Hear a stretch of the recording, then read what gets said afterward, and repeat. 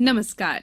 प्रादेशिक समाचार दर्शन के इस अंक में आप सभी का स्वागत है। इस कार्यक्रम के जरिए हम आपको प्रदेश भर में पिछले दिनों हुए महत्वपूर्ण आयोजनों की जानकारी देते हैं। आइए इस अंक की शुरुआत करते हैं।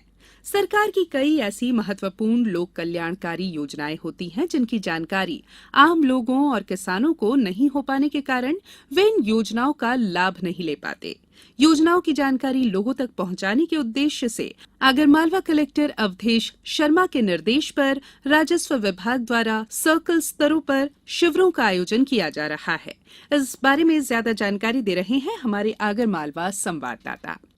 आगरमालवा राजस्व विभाग द्वारा इन दिनों ग्रामों में लगाए जा रहे शिविरों में तहसीलदार, नायब तहसीलदार, राजस्व निरीक्षक व पटवारी किसानों और ग्रामीणों को शासन की विभिन्न जन कल्याणकारी योजनाओं की जानकारी देने के साथ ही इस बात का भी प्रशिक्षण दे रहे हैं कि लाभ प्राप्त करने के लिए उन्हें किस प्रकार की तैयारियां करनी होगी जिससे उनको योजनाओं का लाभ मिल सके। जिले में आयोजित किए जा रहे इन शिविरों के बारे में और अधिक विस्तार से बता रहे हैं आगरमालवा भू अभिलेख के अधीक्षक राजेश सरवटे। संबंधित नायब तहसीलदार और तहसीलदार ग्राम स्तर पर एक शिविर का आयोजन कर रहे हैं जिसमें उनके द्वारा समस्त योजनाओं की जानकारी कृषकों को दी जा रही है कि वे सीधे तौर पर 181 डायल करके खसरे की नकल, नक्शे की नकल, उसके अलावा ई ऋण पुस्तिका का लाभ सीधे प्राप्त कर सकते हैं। प्रादेशिक समाचार दर्शन के लिए आगरमालवा से मैं महेश शर्मा।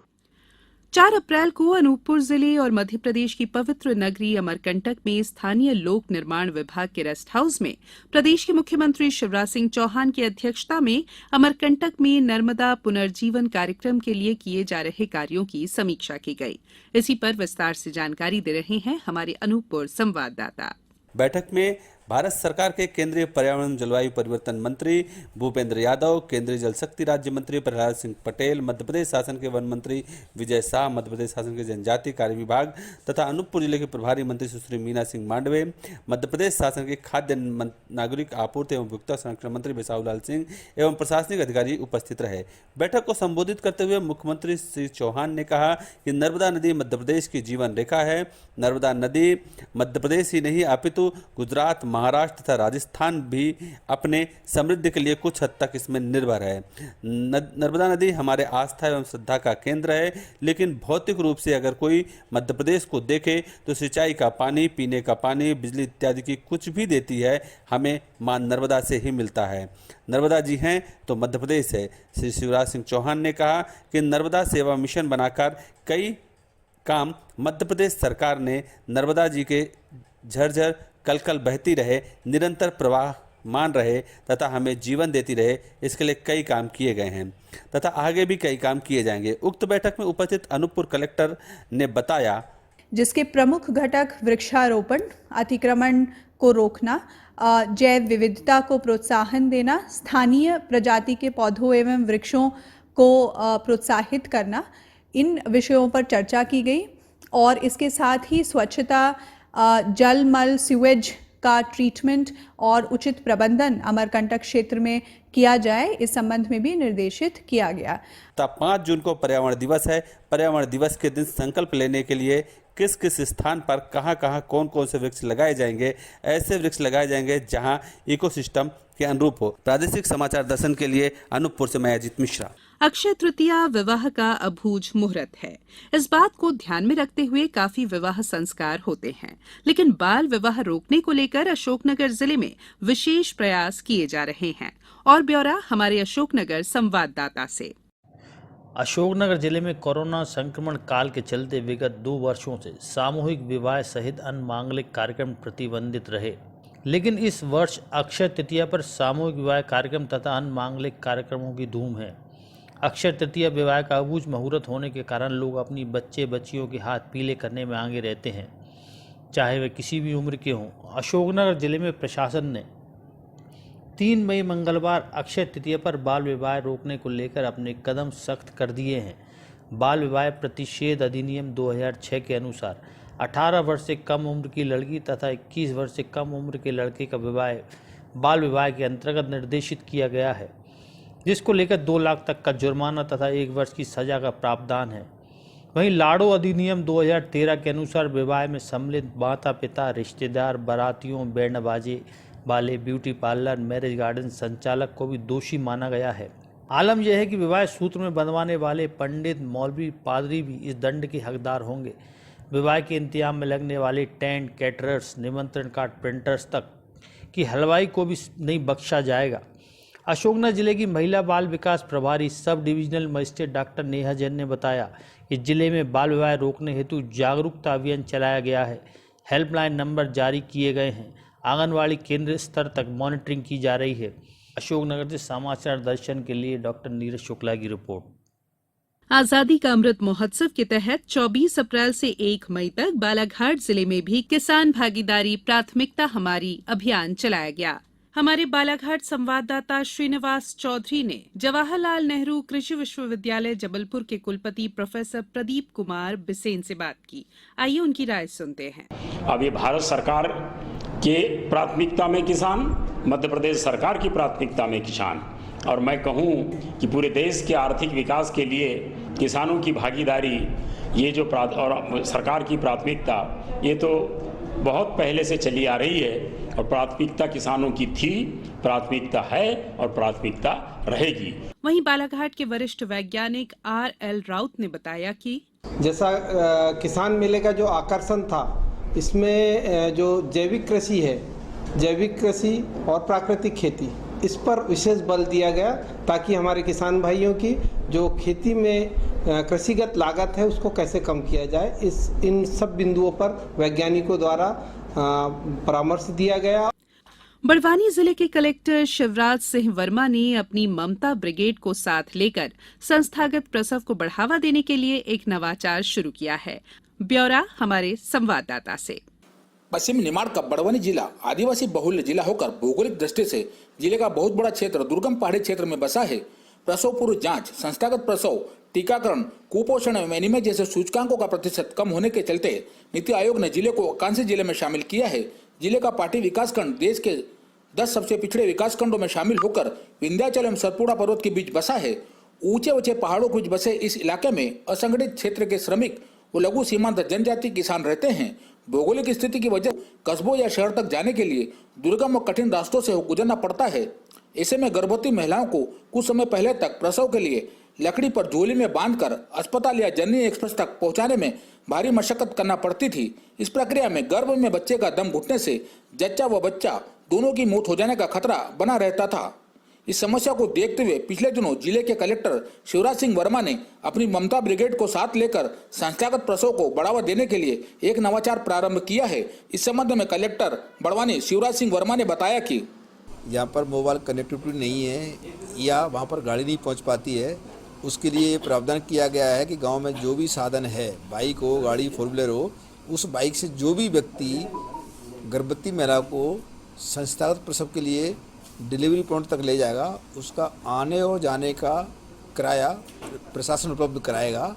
और इसकी वजह से हमारे ज़िले में संस्थागत प्रसव 50% से बढ़कर के 85% हो गया है। अब हमारा आगामी लक्ष्य इसको 100% तक ले जाना है।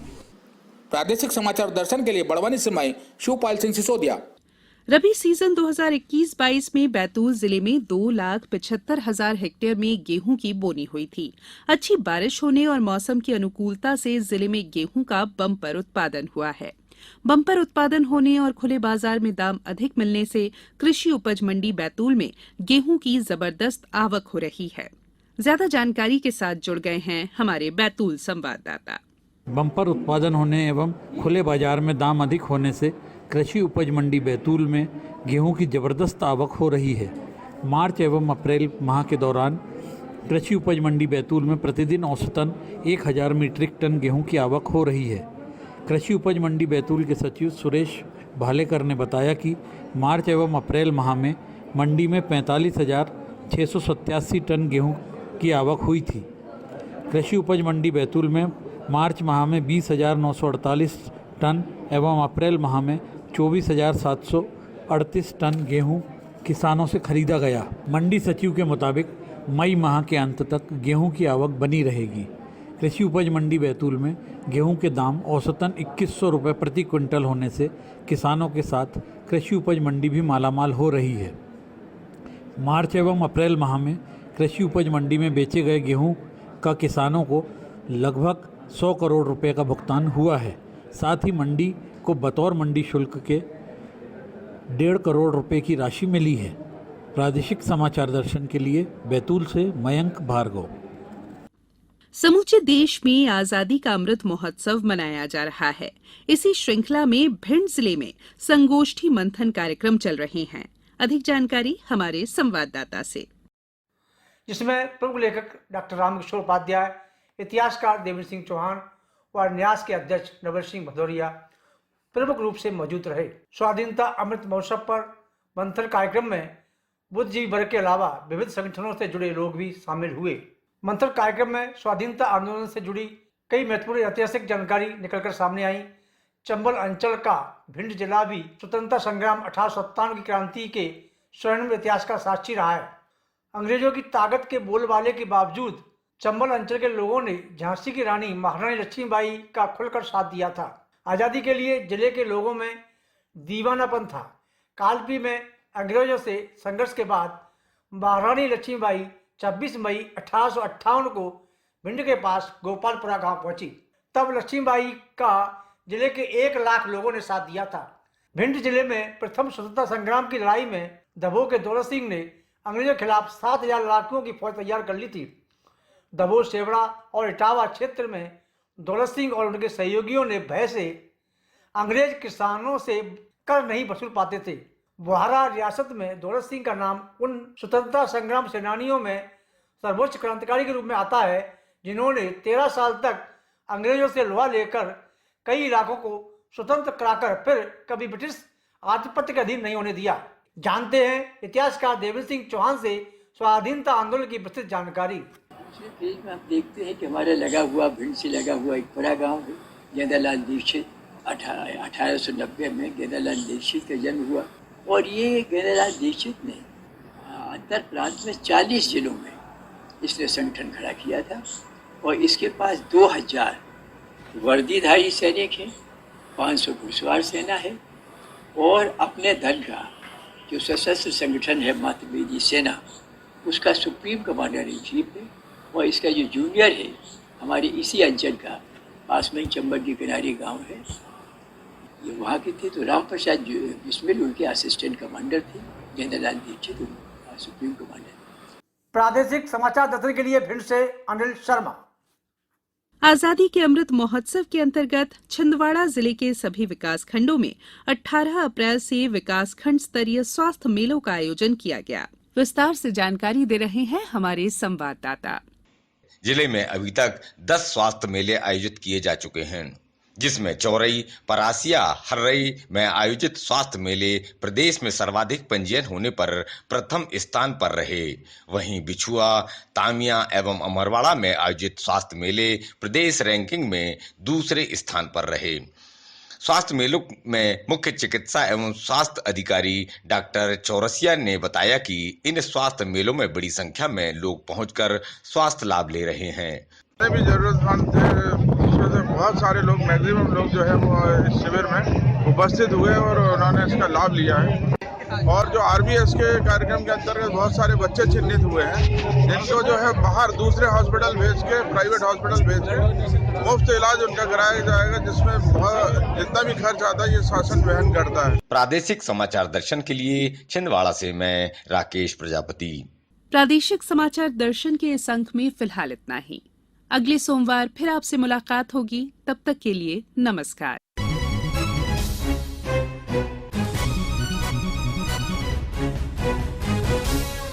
आलेख और वाचन स्वर संयुक्ता बैनर्जी। प्रस्तुति प्रादेशिक समाचार एकांश भोपाल।